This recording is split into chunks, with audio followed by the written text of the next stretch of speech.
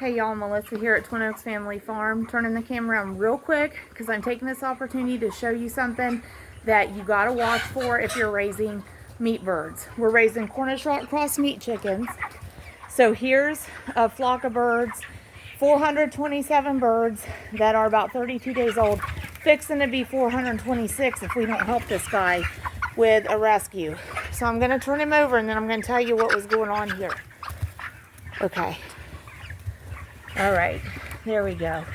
So that's actually probably a hen. So really what you just saw was really truly a close rescue. And what you just saw was actually a way that we end up sometimes with mortality in our meat birds. So I'm going to turn the camera back around, talk with you for a little bit here, but I just happened to be doing a barn check and was scanning over the entire pen of our meat birds. They're about a week away from finish, from going to the processor to be butchered and processed into custom poultry that's homegrown, top quality, nutritious, and wholesome meat. And as I was scanning the pen, I saw that one on its back. So nose and toes in the air is not a good thing in your meat birds. Definitely not a normal posture. And most of the time, if they get flipped over on their back like that, they are not able to breathe. So if they're over on their back like that for an extended period of time, they're going to suffocate. And so actually, we didn't want to leave that one on her back longer than necessary, so we didn't take time to talk about there. But if you go back to that footage, I believe we can see she was really straining to hold her head up, you know, like to tuck her beak toward the chicken breast, because that was allowing the breathing mechanism to continue to work. But when they tire of that and they have to lay their head back and they can't continue to exert that energy to hold their beak toward their chest, that's going to cut off their air. Okay, so probably what happened was maybe that bird was resting like in a posture on its side. If we can see one, I'll show you. For example, like back there, that one, the bird's kind of resting on its side. Well, if they get tipped too far, one direction or the other, they lose their balance and turn over. And so this one has probably wore herself out from the exertion of trying to maintain the breathing mechanism in that posture that will actually end up cutting off breathing, cutting off circulation. And I just had spotted another bird that I want to show you. Oh, right over here. So just a quick look-see. The light is strong here. Oh, I might have to get to the other side. We're going to have to probably try to get a look at this one maybe another time. But that's the bird that has the scissor beak. So this bird is the same age as all the other birds in this flock, but it had a beak deformity that was mild enough in the beginning that we didn't observe it. And a lot of times this deformity will cause a bird not to be able to eat or drink, so actually can lead to a pretty relatively quick death. But you can see the size difference. You know, this bird, well, we can't get them in the same, and there's my shadow, same shot there, but so you can see the size difference there. This bird's the exact same age, but it's this beak deformity has made it probably so that it eats and drinks less, or it just, you know, interfered with the growth pattern. But at any rate, you can see very agile, energetic. So there's a good shot of them together. So as a meat bird, obviously the small bird will not be a success as a meat bird. We will not take that bird to the processor. In a typical commercial poultry operation, that bird would probably automatically be a cull bird and would be humanely dispatched. We've let it go ahead and interact and live with this flock. We'll come to a juncture where we have to decide what we're going to do there. But see, and here's one prop, like, you know, stretching its leg out and propping itself up. that's when your meat birds are at risk of turning. Okay, see, and it is a little, you saw there is a little bit of struggle for those scissor-beaked birds to eat, but that one is managing. Okay, so, hey, it's Melissa. Hey, so this is our Saturday show and tell and share. So I'm actually still here right beside the bird that was on her back. Just, you know, observing, is she doing okay? Is she coming back around? And you know, she's tired. So she's trying to recover from that exertion, trying to recover from, there was some, you know, labored breathing, distressed breathing with her trying to maintain the breathing mechanism there. So she's doing well. So many times when you leave the building and come back, if they've gotten over on their back, it's basically a death sentence, because they can only exert that energy for so long to hold that posture to keep that breathing mechanism going. So at any rate, so as I said, was doing kind of the well check, and then actually going to be back in here after done recording. A few of the waters need filled up, a few of the water trays need cleaned out, want to assess the feed consumption. But this is actually October 5th, 2024. It's a Saturday, so I'm still scanning the flock to make sure nobody else is over on their back. So October 5th, 2024, Saturday. So we want to do Saturday show and tell and share. So I actually have a couple things I had carried with me. They're outside. We'll go look at some things we've saved from our kitchen that we want to show you. So we're going to do that. But when I saw the bird, I had looked in the doorways that are open, saw the bird on her back. That takes priority. Had to get in here to help her out. Okay, so actually I'm going to go ahead and step outside and show you these couple things that we have saved from our kitchen. But these meat birds, I don't know if I got it said, they're 32 days old. They're here in production until they're 41 days old, and then we're going to take them to a USDA inspected poultry processor, have them butchered there and processed into poultry. It may take like a week or 10 days to hear back from our poultry processor and get the poultry back from raising these chickens. So we raise them in a 6-week production cycle. So we go from start to finish in 6 weeks with them. So we actually order them from a hatchery. And we've been in meat bird production pretty continuously since about June 10th, 2024. And we've done, I think, 3 flocks of about 420 birds since starting June 10th, more or less back to back on those flocks. So honestly, we're just a family of 5 running a small poultry operation. So honestly, we're ready for a break, because now at this point we're approaching October 10th. So we basically had meat birds to capacity in our meat bird production building, our little barn.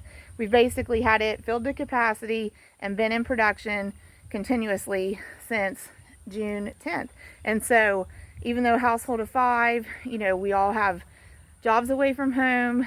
There's actually a family farm on my husband's side of the family that they're running too. And so with all of that going on, just having a small poultry operation here is still a lot for us to manage. So to have been in production for about 4 months continuously is like, we're a little bit ready for a break.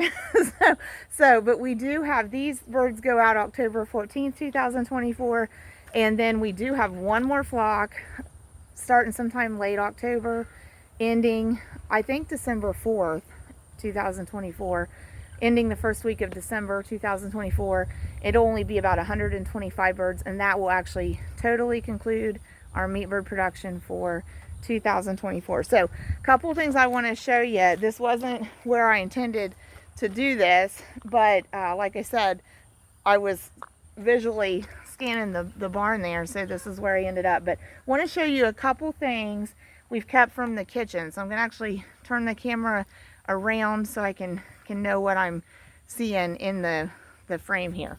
So okay, so this one is a cooking fat, so it can be used similar to butter, but this is beef tallow. So we'll talk about that here in a moment. And then this next one, like I said, this was not where I intended to do this, but the bird came first, and this is where I set the stuff down. So this is chicken broth saved from the kitchen from making shredded chicken breast. So let's just talk about these for a few minutes. Do y'all save a lot of things from your kitchen?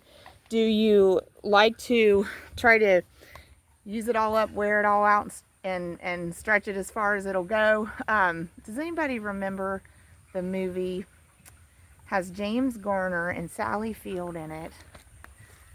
Murphy's Romance. Anybody remember that? There's a scene where Sally Field says, we got to use it all up and wear it all out, you know. And I think she's talking to the character that's the son in that movie. But anyway, do y'all try to do that in your kitchen? Do you try to use it all up, wear it all out, get everything you can out of it? So back on Watch It Later Wednesday this week, I think that was Watch It Later Wednesday, episode 13, I mentioned we've been wanting to learn about, try to use something, beef tallow.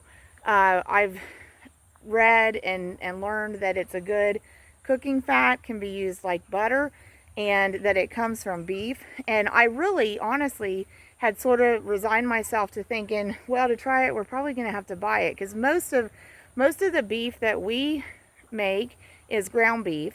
So we get our beef and pork from my husband's family side from the farm. So usually, though, if it's like ground beef, you don't have fat trimmings, you know, to render anything from. So I kind of thought, well, I've heard of this place in Bluffton, Georgia. Want to check into it more, called White Oak Pastures, and I've seen that they sell beef tallow.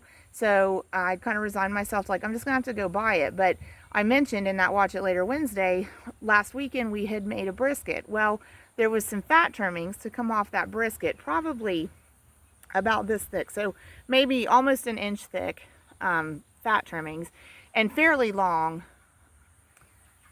maybe approximately a foot long. I don't know, a little less than that probably, but not more than that.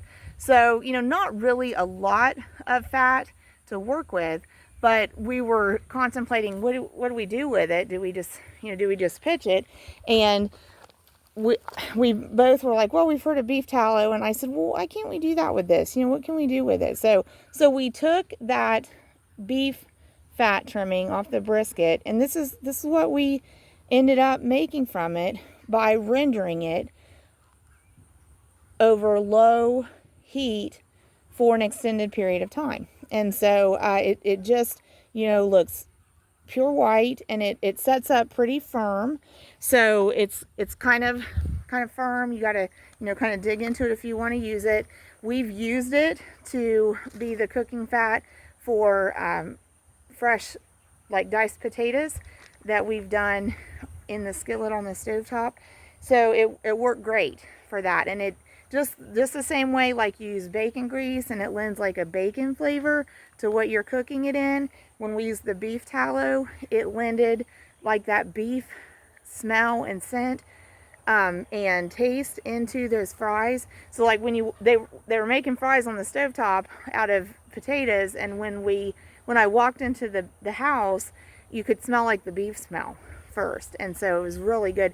And, you know, we've talked about, probably a couple weeks ago now, Paul Saladino's videos, Paul Saladino MD channel on YouTube, and he did a video, the secret ingredient in McDonald's fries you never knew, or something.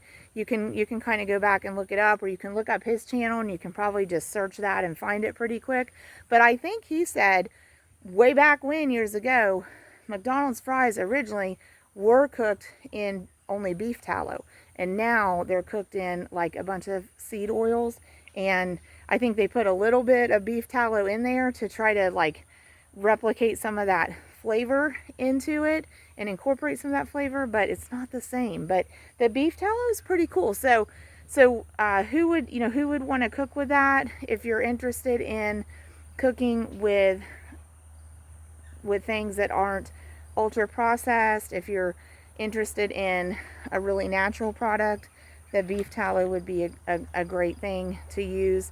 If we didn't have like that brisket to cook, like I said, if we were only making ground beef, we wouldn't have the raw material like to render down to make the beef tallow. So you might still have to source it by buying it if you don't have the materials to do that. But if you had some beef fat and you were going to render it, what we did was we just searched it online, like making beef tallow. And so the instructions we got were basically like simmer it low and slow, maybe 6 hours. Don't let it boil, stir it occasionally. So it's the kind of thing you probably want to do when you have time to be around your kitchen area for an extended period of time, at least checking in on it. We didn't feel like we had to watch it like a hawk, but it does need a little babysitting. It does need a little taking care of. We would stir it, but it was amazing. We took that beef fat and we just chunked it down into little chunks, put it in a single layer in the bottom of a stock pot, did the heat super low, like on the very first or second setting, and just watched that it wasn't boiling or anything, and stirred it, maybe every half hour or something, and just kind of kept an eye on it. And those chunks that we cut down, I mean, they just like shriveled up into nothing, and it rendered all of that fat out of it. And so then we strained all the solids out of that. If you don't know how to do that, you can Google that, search it online, like how do I do that? How do I render solids out of cooked fat, or however you want to word it. But we just used, strainers, and I think we ended up using actually a coffee filter. We set like a coffee filter over our little jar, so the lid would have been off the jar. We put a coffee filter over it, and we slowly poured because when it's hot, it was liquid, so we slowly poured the liquid through that coffee filter. You could use cheesecloth. Slowly poured it through there and let it take its time to soak through there, and we ended up with this beef tallow. And so we let it cool, like on the countertop. We put a lid on it, let it cool on the countertop, and then you can store it in the fridge. And so we're still going to have to look up, like, how long is it okay in the fridge. But actually, I think I remember reading good in the fridge for 3 months. So, and I remember that because I was like, okay, we're doing this really close to October 1st. That's quarter 4 of the year. So like, this will be good through the rest of 2024. We need to use it up by the new year. So yeah, so it was 3 months good in the fridge for storage on your beef tallow. But for details, research it, look it up, read about it. That's what we do. So anyway, so beef tallow, I wanted to show you that. So if you make cuts of beef that yield you beef trimmings of fat, you can render that and end up with beef tallow from it, and you can use that in cooking. Hey, you can also use that. This is cool. Beef tallow, you could season your cast iron pans with it. You could also season your wooden cutting boards with it. How about that? Okay, so on to the last one. Here, this is just, like I said, this is just chicken broth. We didn't do anything special with this. We didn't do much like straining anything out of it. There's some actually meat pickings, or meat solids that were left because I had cooked the chicken breast in slow cookers. And so I took the chicken breast out and shredded it and was seasoning it. And then we reserved the chicken broth, and there was some, meat pieces. So they settled to the bottom. There's the chicken broth, but it's not seasoned with anything. And there's a little bit of fat content on top. So for us, like, I just put that into jars and I put it in the fridge, and we want to use that up like within a week, because there's not any special preservation effort with that.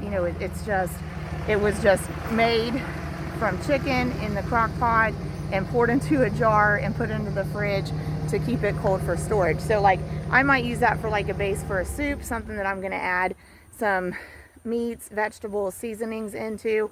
Or if you're making something that calls for liquid, you can add that in. You can add whatever seasonings you want in. But like something like that, where it's just the liquid from cooking your chicken straight out of the cooker, like, that's going to be really bland.